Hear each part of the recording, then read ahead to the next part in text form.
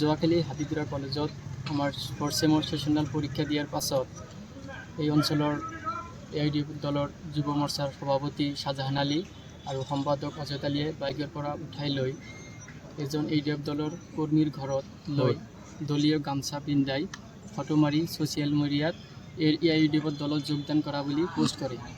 তো এইটো সম্পূৰ্ণ মিছা আৰু ভুৱা।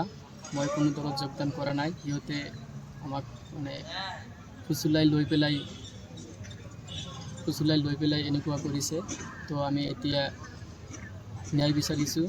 শ্বাহজাহান আৰু অজয় আলীক ছ'চিয়েল মিডিয়াৰ যোগেদি ক্ষমা বিচাৰিবলৈ অনুৰোধ জনাইছোঁ।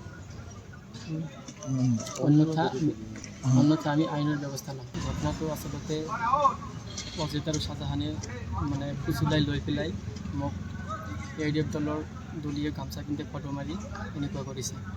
UDF দলৰ যুৱ মৰ্চাৰ সভাপতি শ্বাহজাহান আলী আৰু লগতে প্ৰমুখ্যে আমাৰ ৱাজেদ আলী, এই দুয়োজনে আমাৰ হাতীদুৰা মহাবিদ্যালয় ছাত্ৰ একতাৰ সাধাৰণ সম্পাদক, তেখেতক বাইকত উঠাই লৈ এই অঞ্চলৰ এজন UDF কৰ্মীৰ ঘৰত লৈ UDF দলত দলীয় গামছা পৰাই যি ফেচবুকত বা ইনষ্টাগ্ৰাম বা হওক হোৱাটছএপে হওক তেখেতসকলে পোষ্ট কৰিছে। এই ক্ষেত্ৰত আমি সচেতন যুৱ ছাত্ৰ সমাজৰ ফালৰ পৰা নিন্দা আৰু গৰিহণা আৰু ধিক্কাৰ জনাইছোঁ যে এনেকুৱা কাৰ্য কৰি আমাৰ এই অঞ্চলৰ বা আমাৰ এই সচেতন যুৱ ছাত্ৰ সমাজক যি এক আঘাত সানিব বিচাৰিছে, এই ক্ষেত্ৰত আমি মানে কঠোৰ ধিক্কাৰ জনাইছোঁ।